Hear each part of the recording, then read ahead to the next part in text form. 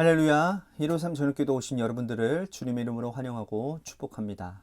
귀하고 어떤 이 저녁 시간 하나님께서 우리 가운데 일하시는 역사를 경험하는 귀한 시간이 되기를 간절히 소망하겠습니다. 먼저 하나님의 말씀 봅니다. 요한계시록 5장 1절에서 7절 말씀까지 보겠습니다. 요한계시록 5장 1절에서 7절 말씀입니다. 우리 같이 한 목소리로 다 함께 봉독하도록 하겠습니다. 시작. 내가 보매 보좌에 앉으신 이의 오른손에 두루마리가 있으니 안팎으로 썩고 7인으로 봉하였더라.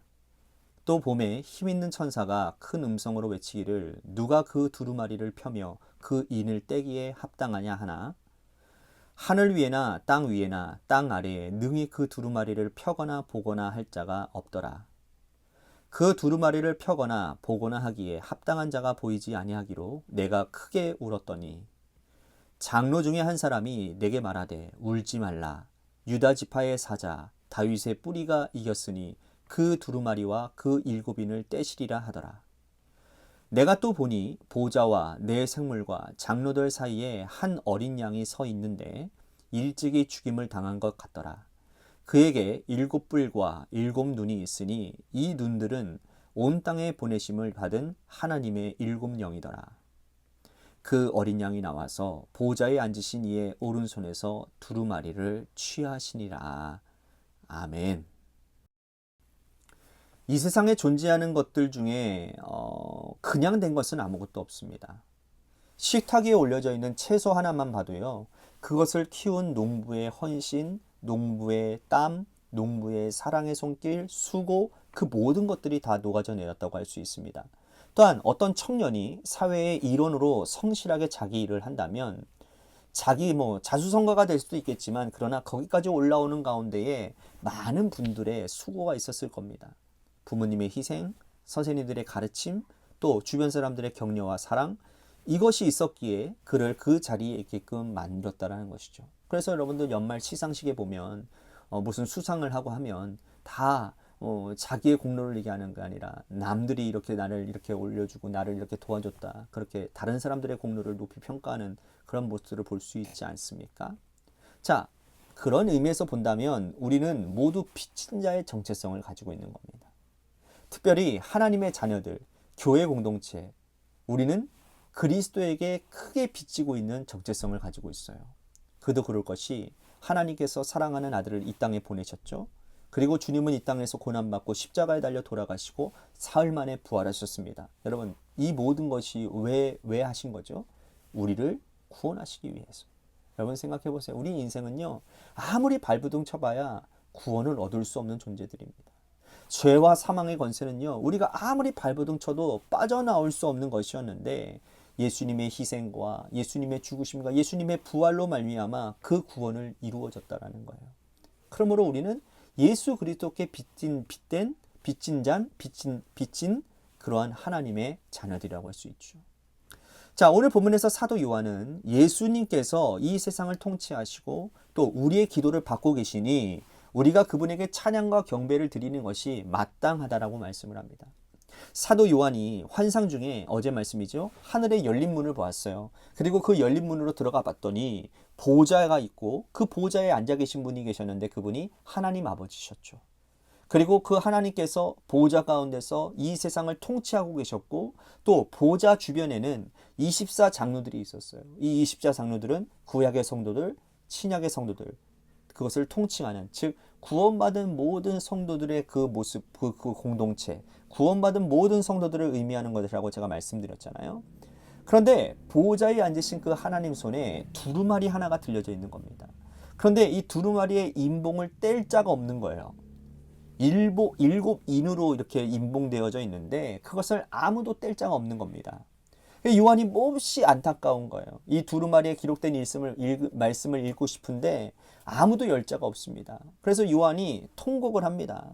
그래서 안타까움을 그 울음으로 표현하고 있는데 그때 장로 중에 한 사람이 말하기를 인봉 떼실 자가 있다라는 거예요. 그가 누구냐? 바로 오늘 말씀해 보니까 유다 지파의 사자 다윗의 뿔이 이렇게 말씀을 합니다. 누군지 짐작이 가시죠? 네, 유다 지파의 사자는 곧 하나님의 아들 예수 그리스도를 의미하는 것입니다.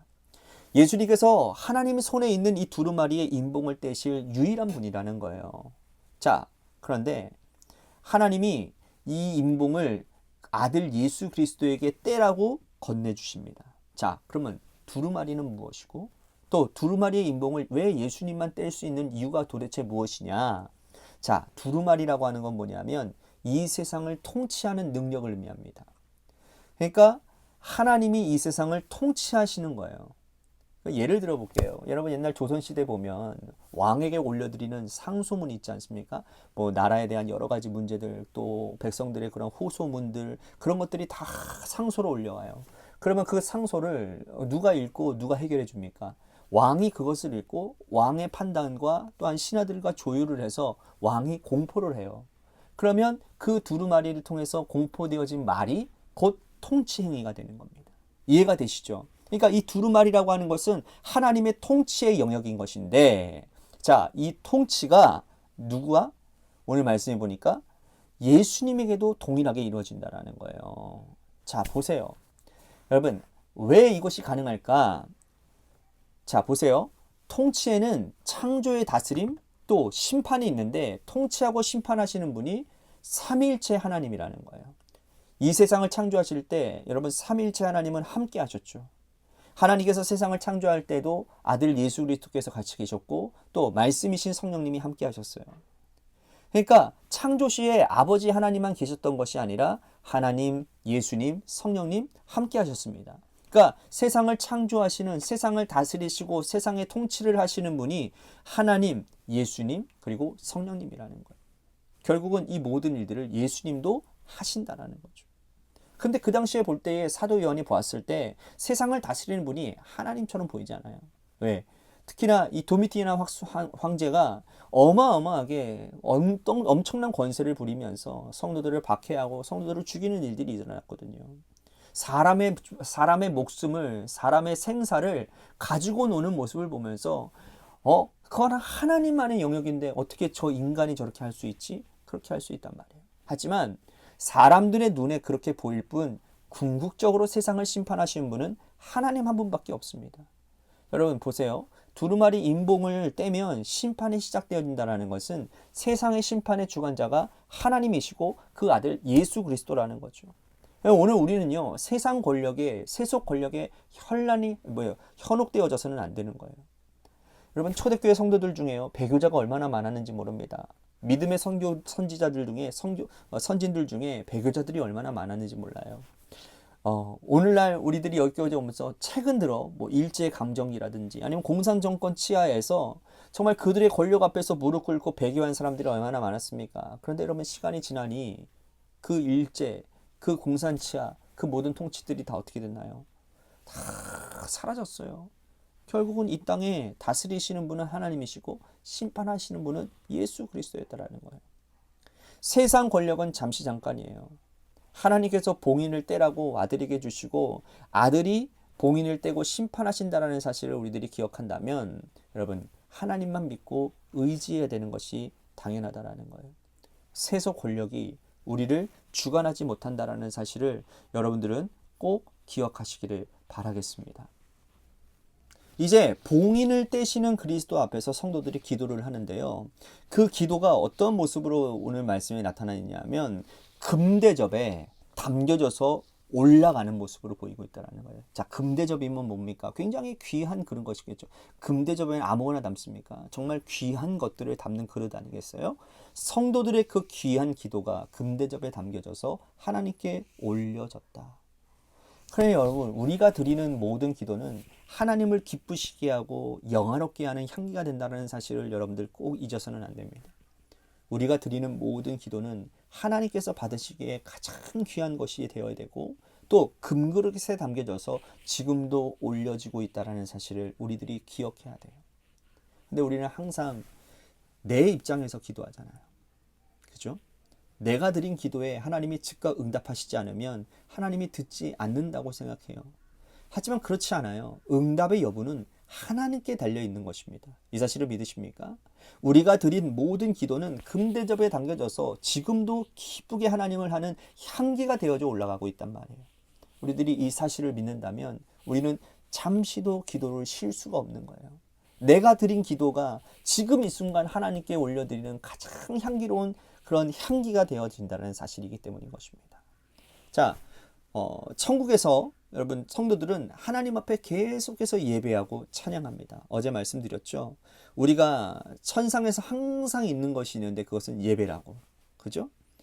오늘 말씀해 보니까 두루마리의 봉인 떼시기에 합당한 어린 양을 위하여서 천사들과 24장로들 네 생물들이 찬양으로 예배드리는 모습을 볼 수가 있습니다. 어제도 말씀드렸어요. 이 천상에서 드리는 예배는 설교도 없고 또 성경 공부도 없어요. 그저 찬양만 있을 뿐입니다. 오늘 우리가 이 땅에 드리는 예배는 천국의 모형이어야 됩니다. 예배 드리기를 기뻐하는 자들, 또 찬양하기를 즐겨하는 자들은 천국을 미리 맛본다라는 거예요. 매 순간 예배 드리기를 기뻐하시고 예배가 천국의 모형임을 깨닫는다면 우리는 주님을 찬양하는 하나님의 자녀가 되어야 될 줄로 믿습니다. 오늘 말씀 생각하면서 우리 같이 기도했으면 좋겠습니다. 심판의 주인이 하나님이심을 믿고 고백하게 하여 주시옵소서. 우리의 기도가 금대접에 당겨져서 하늘로 올려진다라는 사실을 믿고 기도하기에 힘쓰는 우리 모두가 되게 하여 주시옵소서라고 오늘 말씀 생각하면서 기도했으면 좋겠습니다. 또 한 가지 우리 교회를 위해서 간절히 기도합시다. 하나님, 우리 관악교회가 천국의 모형이 되기를 원합니다. 정말로 이곳에 세상에서 경험할 수 없는 기쁨과 평안과 위로가 임하는 그러한 공동체가 되게 하여 주옵소서. 또한 세상에서 경험할 수 없는 놀라운 그 사랑과 헌신이 하나님 이곳에서 또한 우리들의 곁에 있는 이웃들에게 펼쳐지는 그러한 교회 공동체가 되게 해달라고 우리 같이 기도했으면 좋겠습니다. 또한 육신의 질병으로 고통당하는 우리 이지우 어린이를 위해서 또한 우리 수험생인 박준혁 형제님을 위해서도 기도해 주시고 마지막으로 여러분들의 삶의 자리와 여러분들의 자녀들을 위해서 기도하시다가 시간 돌아가시기를 바랍니다. 노래 끝날 때까지 우리 같이 합심하여 기도하도록 하겠습니다. 기도하시겠습니다.